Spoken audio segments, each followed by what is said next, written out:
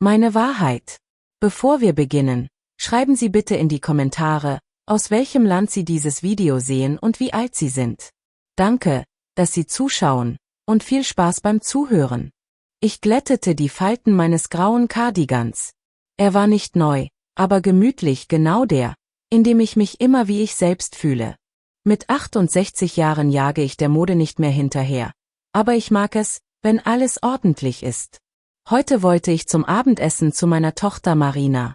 Sie hatte gestern angerufen, ihre Stimme war warm, fast wie früher, als sie als Kind zu mir lief, um von ihren kleinen Siegen zu erzählen. Mama, komm, es gibt eine Überraschung, hatte sie gesagt.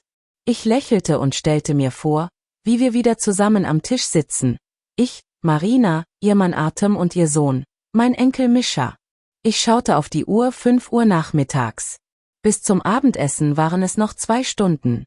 In der Wohnung war es still, nur die alte Wanduhr, die mein Mann Sergej und ich zur Hochzeit gekauft hatten, tickte leise. Sergej ist seit 7 Jahren tot, aber seine Worte hallen immer noch in meinem Kopf nach.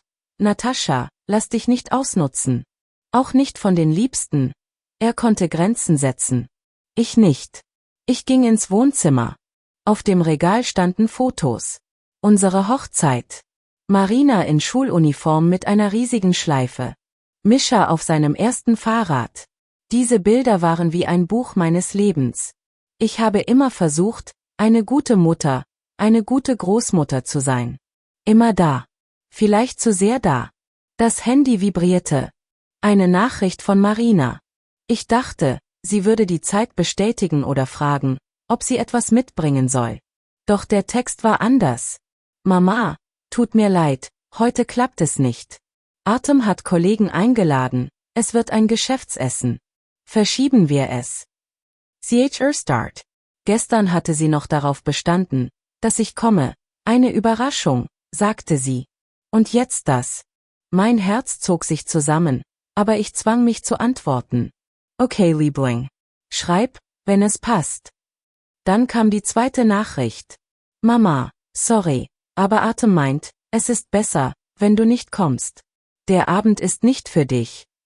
Ich lass es noch einmal. Und noch einmal. Es fühlte sich an, als hätte mir jemand kaltes Wasser über den Kopf gegossen. Das Handy zitterte in meinen Händen. Artem, mein Schwiegersohn, der immer lächelte, sich für die Hilfe bedankte, für das Geld, für alles, was ich für sie getan hatte. Oder war es Marina, die das beschlossen hatte, aber es in seinem Namen schrieb? Ich sank in den Sessel. Erinnerungen stiegen hoch. Wie Marina als Kind an meine Hand zog, um mir ein Bild zu zeigen. Wie wir zusammen ihren Geburtstagskuchen backten.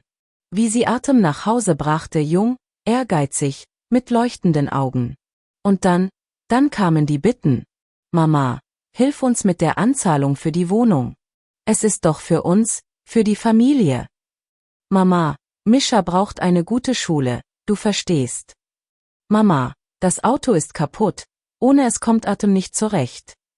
Ich öffnete die Schublade des Schreibtisches. Dort lag ein Ordner mit Papieren. Rechnungen, Quittungen, Kontoauszüge. Die erste Seite, der Vertrag für die Hypothek. Ihre Wohnung, in der ich jetzt fehl am Platz bin. Ich hatte 150.000 Euro für die Anzahlung überwiesen. Dann kamen Renovierungen, Möbel, Geräte. Dann ein Sommercamp für Mischa, weil er talentiert ist und gefördert werden muss.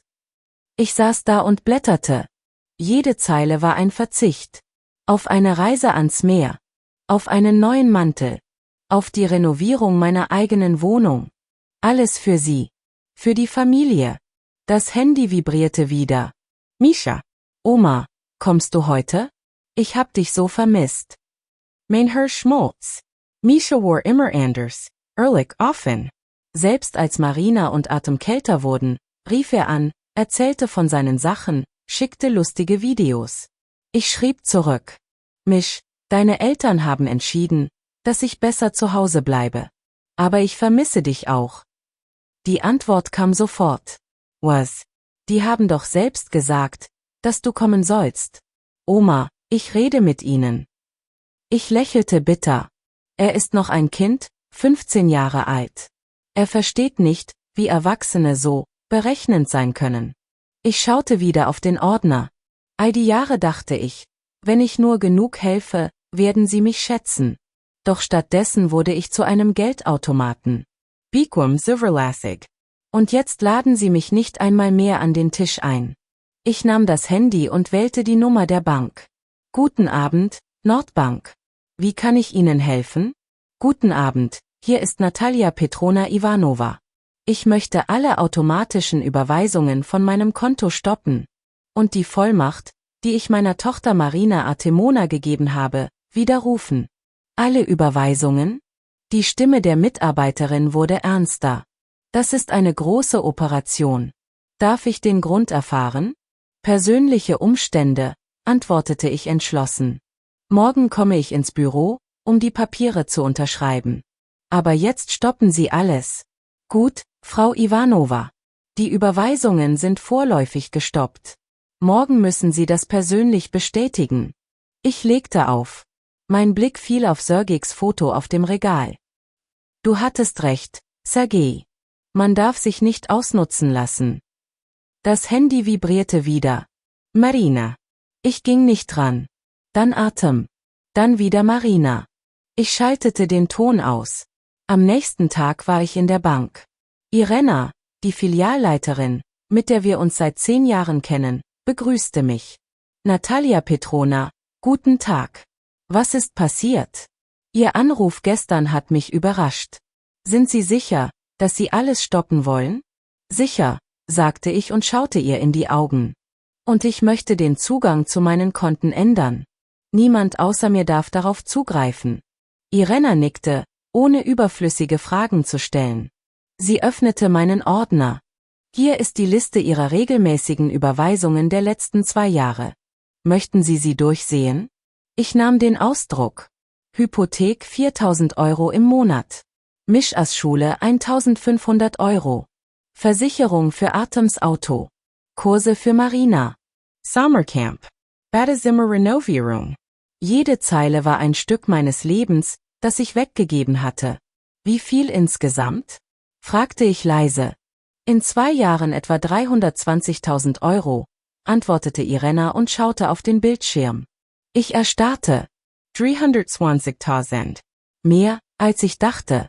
Das waren meine Ersparnisse, meine Rente, das Geld, das Sergei für unsere gemeinsame Zukunft zurückgelegt hatte. Stoppen Sie alles, sagte ich. Und bereiten Sie die Papiere für den Widerruf der Vollmacht vor. Irena nickte und begann zu tippen. Ich unterschrieb die Dokumente und fühlte, wie eine tonnenschwere Last von meinen Schultern fiel. Als ich aus der Bank trat, schien die Sonne hell. Ich atmete die frische Luft ein. Zum ersten Mal seit Jahren fühlte ich mich frei. Zu Hause wartete eine Überraschung. Marina saß auf der Veranda. Sie wirkte verunsichert, hielt sich aber selbstbewusst. In den Händen eine Schachtel mit Gebäck. Mama, wir müssen reden, begann sie, kaum hatte ich die Tür geöffnet. Komm rein, sagte ich ruhig. Sie setzte sich an den Küchentisch, stellte die Schachtel vor sich, als könnte das die Stimmung mildern. Mama, was ist los? Die Bank hat angerufen, sie sagten, alle Überweisungen sind gestoppt. Das kannst du nicht machen. Wir sind doch eine Familie. Und was ist eine Familie, Marina? Fragte ich und sah ihr in die Augen. Wenn ich für alles zahle und nicht einmal zum Essen eingeladen werde? Sie zögerte. Das war ein Missverständnis. Artem hat sich falsch ausgedrückt. Wir wollten, dass der Abend perfekt wird, sie suchte nach Worten, ohne zusätzliche Leute. Zusätzliche? Wiederholte ich. In der Wohnung, die ich euch gekauft habe? Marina wurde rot. Mama, du weißt, wie schwer es uns geht. Artem arbeitet, ich arbeite, Mischa wächst. Ohne deine Hilfe kommen wir nicht klar. Und ich? Fragte ich. Hast du jemals gefragt, wie ich klarkomme? Wie viel mir bleibt?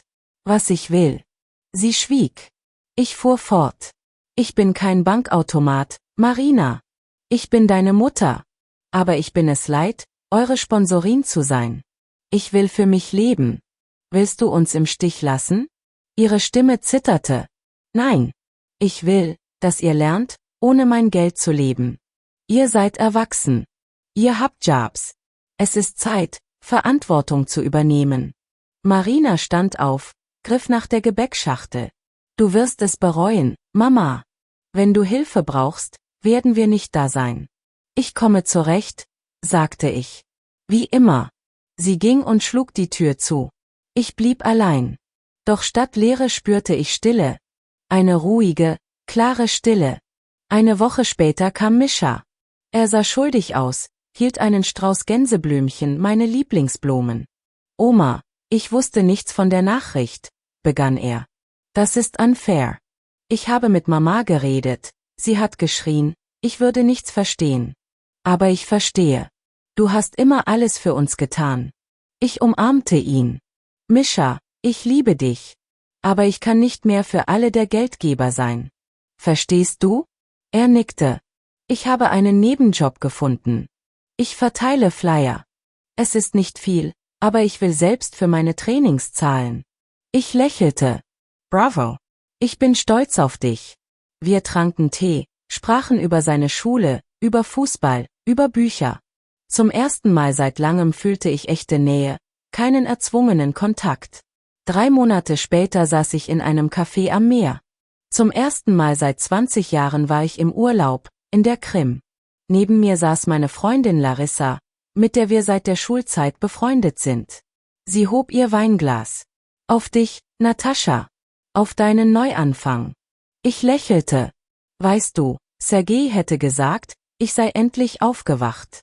Er wäre stolz, antwortete Larissa. Marina und Artem riefen an, schrieben, kamen ein paar Mal vorbei. Erst mit Vorwürfen, dann mit Entschuldigungen. Aber ich blieb standhaft. Ich kehrte nicht zum Alten zurück. Mischa rief oft an, erzählte von seinem Nebenjob, von Plänen, an die Uni zu gehen. Er hatte sich verändert, war erwachsener, selbstständiger geworden. Ich schaute aufs Meer. Die Wellen schlugen sanft ans Ufer. Vor mir lag ein ganzes Leben, mein Leben. Nicht für andere. Für mich.